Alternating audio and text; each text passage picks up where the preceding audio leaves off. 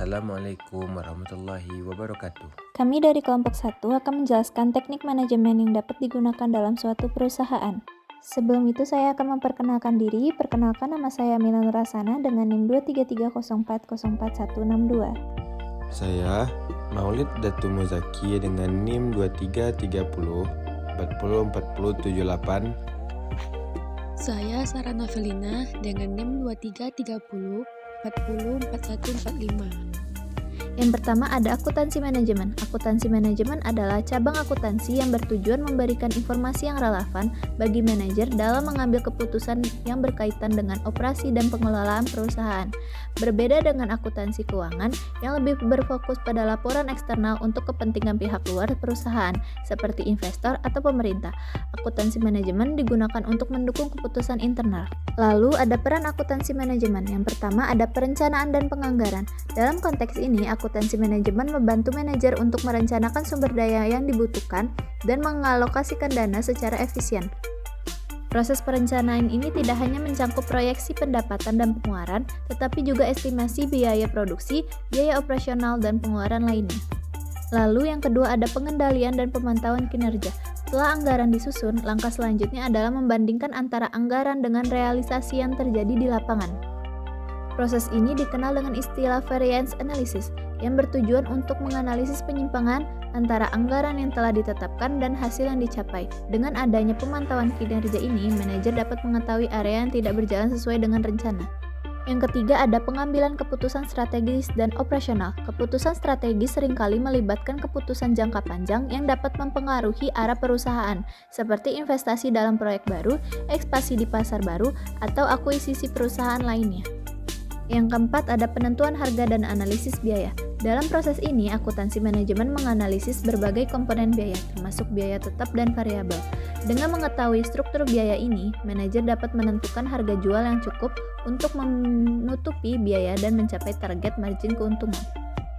Lalu yang terakhir ada evaluasi kinerja dan profitabilitas. Selain merencanakan dan mengendalikan, akuntansi manajemen juga berperan dalam mengevaluasi kinerja dan profitabilitas perusahaan. Melalui laporan keuangan internal dan analisis rasio, akuntansi manajemen memberikan gambaran tentang bagaimana perusahaan beroperasi dalam hal efisiensi biaya, pengelolaan aset, serta pencapaian laba. Sejarah akuntansi manajemen. Sejarah akuntansi manajemen berawal dari sistem pencatatan transaksi sederhana yang berkembang seiring dengan kebutuhan bisnis. Pada abad ke-15, Luca Pacioli memperkenalkan sistem pembukuan berpasangan yang menjadi dasar akuntansi modern. Namun, perkembangan signifikan terjadi pada era revolusi industri pada abad ke-18 dan ke-19, ketika perusahaan manufaktur mulai membutuhkan sistem yang lebih baik untuk menghitung biaya produksi. Akuntansi biaya kemudian berkembang untuk membantu perusahaan dalam menghitung biaya bahan baku, tenaga kerja, dan overhead, guna meningkatkan efisiensi dan probabilitas. Memasuki abad ke-20, variance analisis mulai diterapkan untuk mengendalikan biaya dan meningkatkan efektivitas operasional perusahaan. Perkembangan teknologi pada era 1960-an hingga 1980-an membawa perubahan besar dalam akuntansi manajemen. Dengan munculnya sistem informasi akuntansi dan metode seperti activity based costing (ABC) sejak 1990-an, akuntansi manajemen tidak hanya berfokus pada pengendalian biaya, tetapi juga pada strategi bisnis dengan konsep seperti Blanche, Scourge, BSC, dan strategi manajemen accounting. Di era digital saat ini, kemajuan teknologi seperti kecerdasan buatan, blockchain, dan big data analytics semakin mempercepat proses pengambilan keputusan berbasis data. Akuntansi manajemen kini telah berkembang menjadi elemen kunci dalam perencanaan strategis, membantu perusahaan untuk tetap kompetitif di tengah perubahan pasar yang cepat. Arah akuntansi manajemen di masa depan. Akuntansi manajemen terus berkembang untuk menyesuaikan dengan perubahan lingkungan bisnis. Beberapa arah perkembangannya meliputi 1. Digitalisasi dan otomasi. Penggunaan teknologi AI dan big data untuk analisis keuangan yang lebih cepat dan akurat. Sistem Enterprise Resource Planning (ERP) semakin banyak digunakan. 2. Fokus pada keberlanjutan. Akuntansi tidak hanya berfokus pada keuntungan finansial, tetapi juga pada dampak sosial dan lingkungan. Konsep environmental, social, and governance. Akuntansi manajemen kini bukan hanya alat untuk mencatat biaya, tetapi juga sebagai strategi dalam meningkatkan daya saing bisnis. Peran akuntansi manajemen akan semakin penting dalam membantu perusahaan menghadapi tantangan ekonomi global. Selanjutnya, perbedaan akuntansi manajemen dan akuntansi keuangan. Akuntansi keuangan. 1. Penyediaan informasi keuangan untuk eksternal perusahaan antara lain investor, inspeksi pajak, dan kreditor. 2.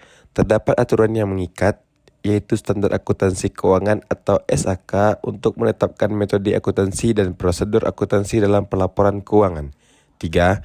Informasi keuangan bersifat objektif, dapat diterima umum, dan dapat dipertanggungjawabkan. 4. Berorientasi data historis, yaitu mencatat dan melaporkan peristiwa ekonomi yang telah terjadi. 5. Penyediaan informasi fokus pada kinerja keuangan perusahaan secara keseluruhan. 6. Fokus pada aspek keuangan. 7. Terdapat mandatory. Akuntansi manajemen. 1. Penyediaan informasi keuangan dan non-keuangan untuk manajemen atau pihak internal perusahaan. 2. Tidak ada aturan yang mengikat.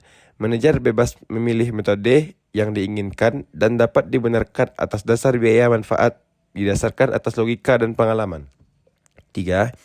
Informasi keuangan dan non-keuangan dapat bersifat subjektif dan dapat dipertanggungjawabkan. 4. Berorientasi data masa akan datang atau future karena dibutuhkan untuk mendukung fungsi manajerial dalam perencanaan dan pengambilan keputusan. 5. Penyediaan informasi perusahaan yang terperinci untuk mengevaluasi kinerja berbagai entitas, lini produk, departemen, dan manajer.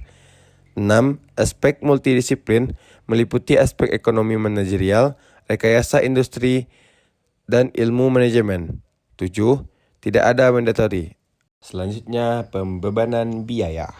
Biaya adalah kas atau nilai ekuivalen kas yang dikorbankan untuk mendapatkan barang atau jasa yang diharapkan memberikan manfaat saat ini atau di masa yang akan datang bagi organisasi.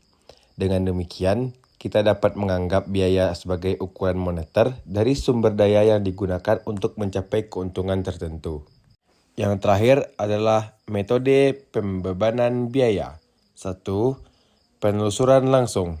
Suatu proses pengidentifikasian dan pembebanan biaya yang berkaitan secara khusus dan secara fisik dengan suatu objek. Ini paling sering dicapai dengan pengamatan secara fisik. 2. Penelusuran penggerak. Penggunaan penggerak untuk membebankan biaya ke objek biaya.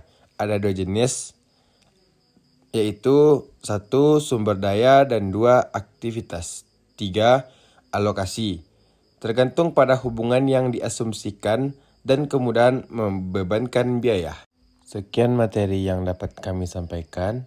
Terima kasih. Wassalamualaikum warahmatullahi wabarakatuh.